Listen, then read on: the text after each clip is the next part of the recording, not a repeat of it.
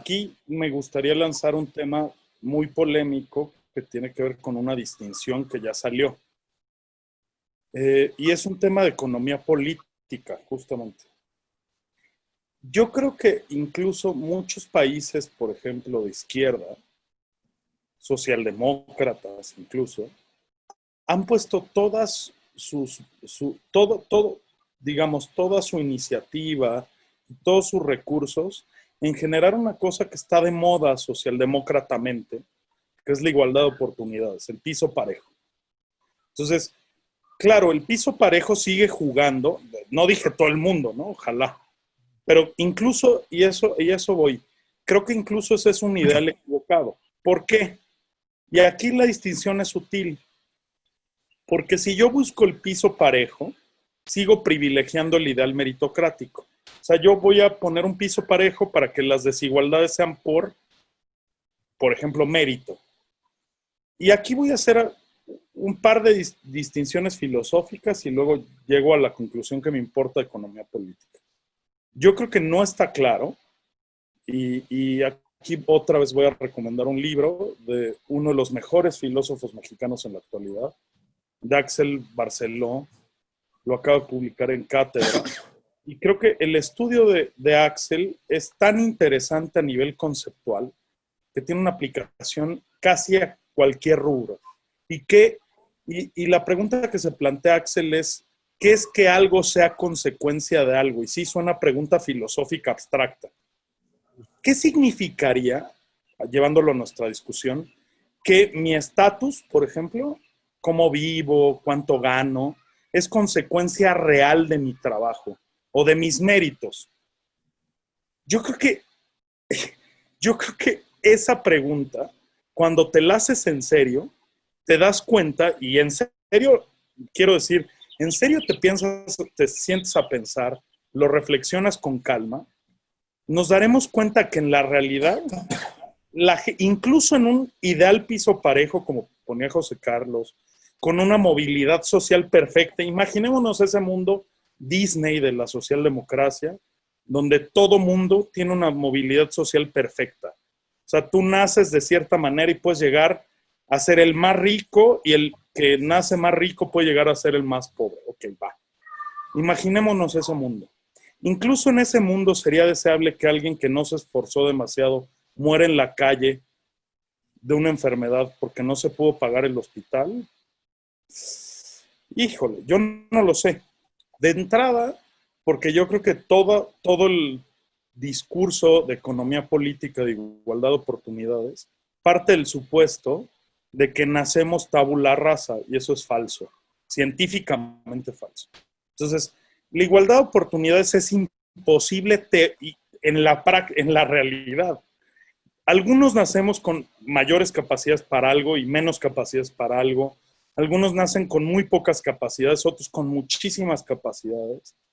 Por tanto, pensar que el Estado puede solucionar un piso parejo que tiene base biológica de desigualdad es falso.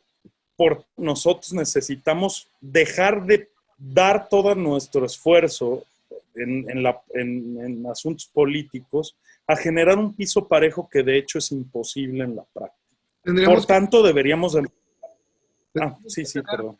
Compensatorios súper complejos, ¿no? Que rebasan el diseño institucional por donde lo veamos, pues. Exactamente. Yo por eso empezaba en mi intervención anterior a hablar de bienes públicos. Porque los bienes públicos no tienen que ver con un asunto meritocrático. Tienen que ver con cosas que nosotros pensamos que son necesarias para un ser humano, en tanto ser humano, independientemente de su pol genético, incluso de su esfuerzo. Entonces, yo creo que empezar a pensar políticamente en que nuestro objetivo es la igualdad de oportunidades es un ideal desencaminado. Incluso, o sea, claro, sería muchísimo mejor que lo que tenemos, pero no es el ideal. El ideal no es la igualdad de oportunidades. Es igualdad de resultados. El ideal es superar el ideal meritocrático y empezar a pensar en serio como comunidad. Y ahí la discusión se vuelve más peliaguda, porque ¿qué carajos es la comunidad y quién pertenece a ella?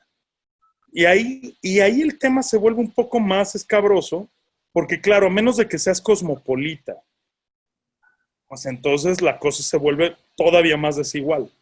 Porque entonces vas a decir los que están dentro de mis fronteras contingentes y yo reconozco como ciudadano.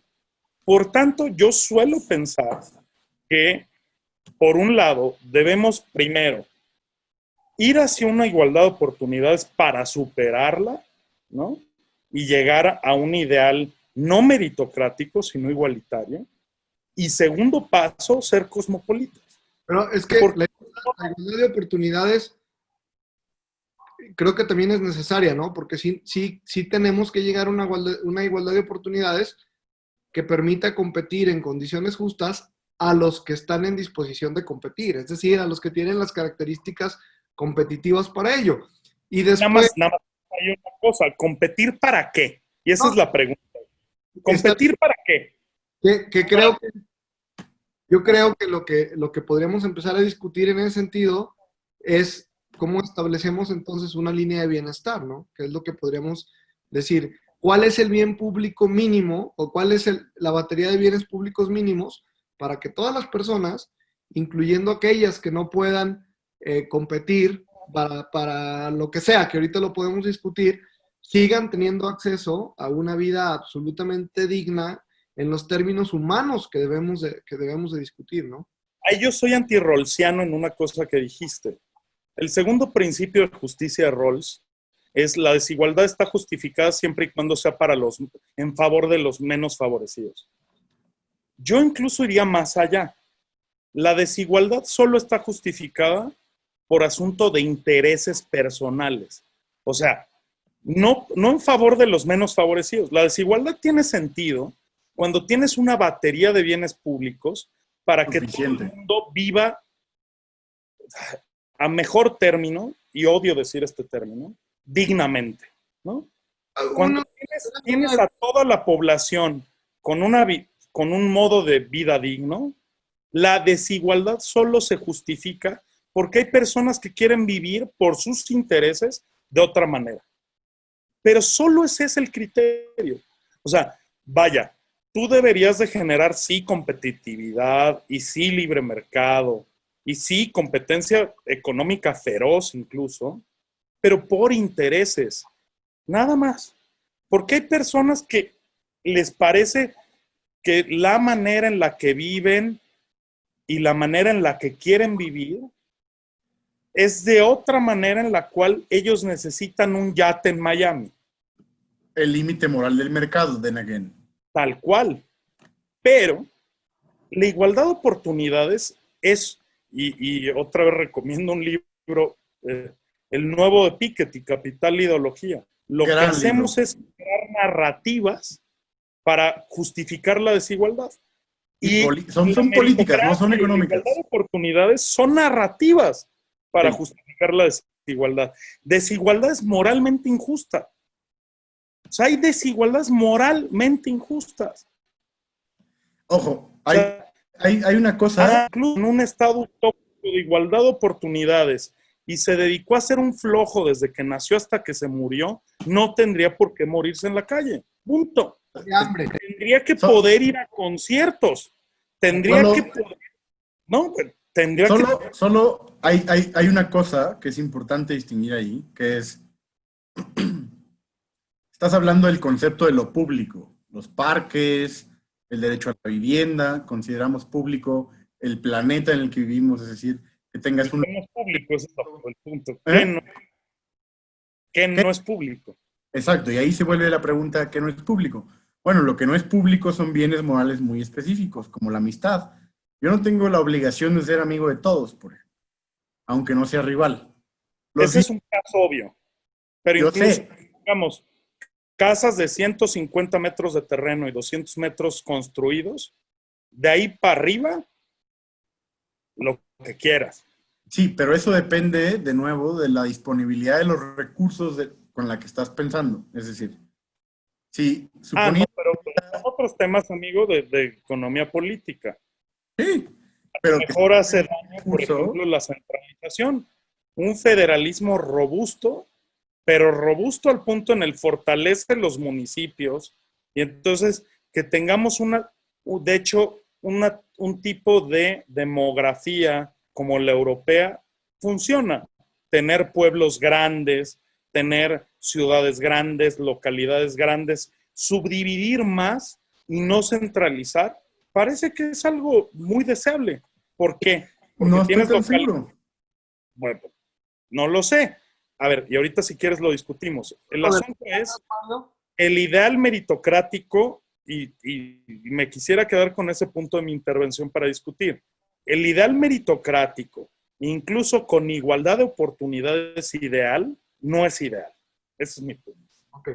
Yo, lo que dijiste nada más, yo más que discutir sobre qué tan grande puede ser una casa o algo así, yo sí creo que debería de haber un momento en donde hubiera intervención sobre la captura de renta cuando esa captura de renta ni siquiera genera ningún tipo de producción de ninguna forma. O sea, tener una casa en los Alpes suizos que vas a visitar una vez a la semana y el resto una vez al año, una semana al año y el resto del año está vacía, eso es algo que me parece muy cuestionable incluso para el propio modelo capitalista de producción, ¿no? O sea, ¿qué puto sentido tiene que tengas una casa que ni siquiera habitas y que nadie hace usufructo de ella, ¿no? O el yate, independientemente de si es tu forma de vida, yo creo que debería de haber fuertes desincentivos hacia ese tipo de capturas. Lo que Pero pasa deberían es que ser morales. te contestaría que entonces no habría incentivos para tener casas en los Alpes suizos, ¿no? Exacto.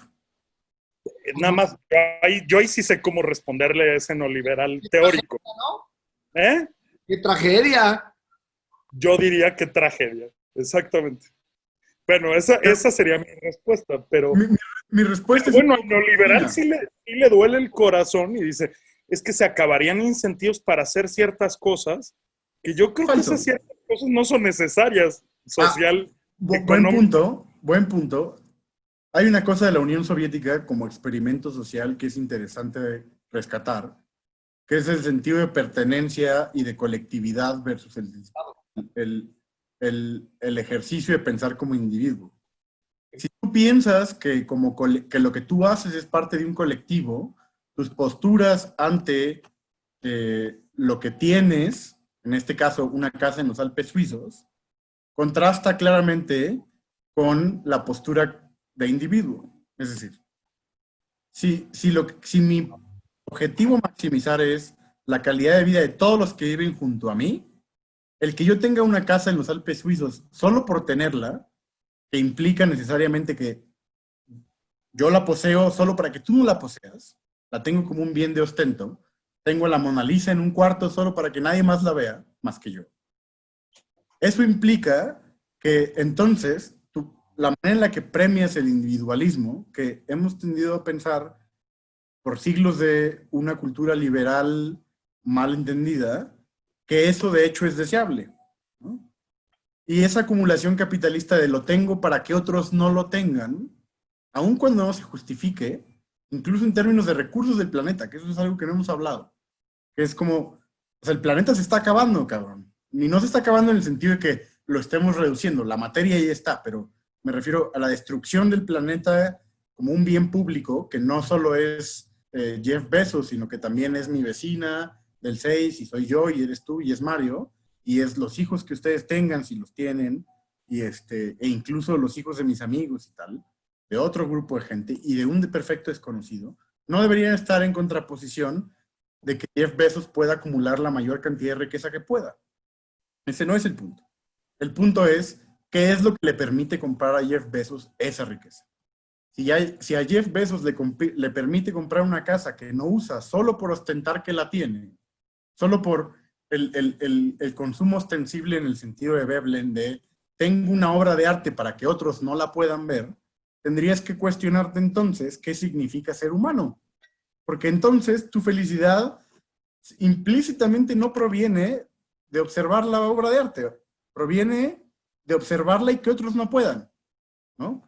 ¿Cuántas veces puedes ver la Mona Lisa en tu propia casa hasta que te deje de causar placer verla por primera vez? Eso, la ves la primera vez y es distinto marginalmente a las siguientes 18 millones de veces que la veas.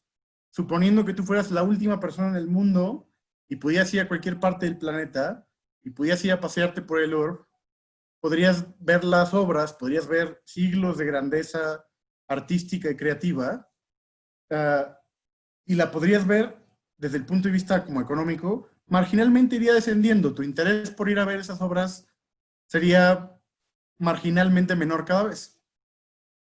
Entonces, uno pregunta, ¿cuál es el poder de la obtención de ese tipo de bienes? Porque son rivales, porque significan estatus, porque significan que yo puedo comprar el derecho que nadie más observe esa obra de arte más que yo. Yo puedo, ¿no? Me gustaría nomás hacer, perdón, un paréntesis de dos cositas. La primera es que yo no estaría o no quise proponer, lo digo para la gente que nos escucha, que se prohíba tener una casa en los Alpes suizos. Lo que digo es que debe haber contraincentivos para que solo se tuviera por tenerla. Es decir, que por ejemplo, tú puedes tener una casa en los Alpes suizos siempre y cuando eso genere una derrama económica, es decir, que la rentes las semanas que no estás o que permitas que ahí viva la gente que le da el mantenimiento, etcétera. Es decir, que si tú como Estado pudieras demostrar que en realidad nadie está haciendo usufructo efectivo de ese bien, entonces debería haber una multa, por ejemplo, un impuesto pasado de lanza por tener un bien que los demás no están disfrutando, ¿no? Eso por un lado. Y por otro lado, como paréntesis, así absolutamente al margen de esto, el problema que tenemos, que a veces creo que tiene que ver con la lógica de mercado, que cómo sus tentáculos llegan a todas partes, que yo he reflexionado muchas veces sobre las obras de arte, que es de verdad de un fetichismo proverbial, que pensemos que es importante ver una obra original, ¿no? Y que te da un cierto prestigio poder viajar al Louvre para ver la Mona Lisa. O sea, la gente debería poder ver la Mona Lisa, réplicas de la Mona Lisa en todas partes del mundo, porque al final lo que es bello es la composición y no ningún fetiche de que fue ese material específico hecha con... Ese fetichismo es el fetichismo del que habla Marx de la mercancía. La mercancía tiene un fetiche. Tú puedes incluso hacer como demostración de poder, siendo el hombre más rico del mundo, que un montón de gente haga hoyos y los tape en tu casa, solo por demostrar que puedes. Porque demuestra que tú tienes los medios para hacer que suceda. ¿Por qué querrías tener una casa de 800 metros cuadrados en vez de una de 400? ¿Hay alguna diferencia pragmática de tener una casa tan grande a tener una menos grande? Pues no. Pero lo que sí es importante es que esa distinción de bienes rivales en el sentido de lo tengo para que tú no lo tengas, implica que lo que es importante es tu posición relativa a la sociedad, no la sociedad en la que vives.